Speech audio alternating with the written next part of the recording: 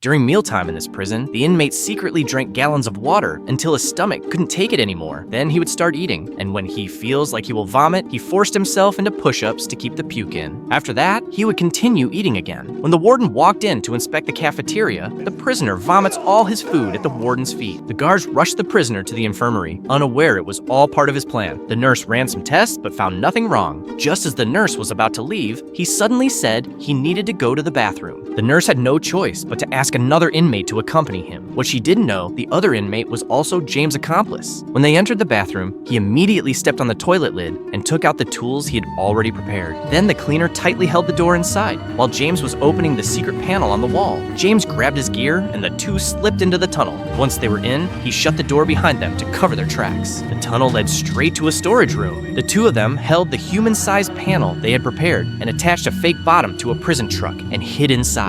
Just as they relaxed, suddenly a guard showed up for routine inspection. The fake panel worked. The guard saw nothing. When the car arrived at the petrol station, they secretly removed the panel and jumped out. Then they steal a parked Ford Mustang, and the cleaner drove the car. But that was just the first step in their grand plan. The next moment, their accomplice used a C5 bomb to destroy the cell tower. It was all to rob the racetrack's hidden vault undetected. Everyone thought it was just a network issue and just started betting with cash. Back in prison, James's crew started a riot to stall time for James. A guard slammed the alarm. It was the wildest chaos the prison had ever seen. As soon as the alarm went off, the warden called for a lockdown inside the jail. The guards wanted to call for backup, but the warden stopped them. He only cared about keeping his clean record. It was all going just as James planned. The warden even offered to talk with the inmates, but the prisoners wouldn't listen to him, and they even smeared the security cameras with poop. Then they covered the glass with plates and tin foil so they wouldn't know what was going on inside. The reason the inmates did this was to buy James enough time to do the next step in his grand heist.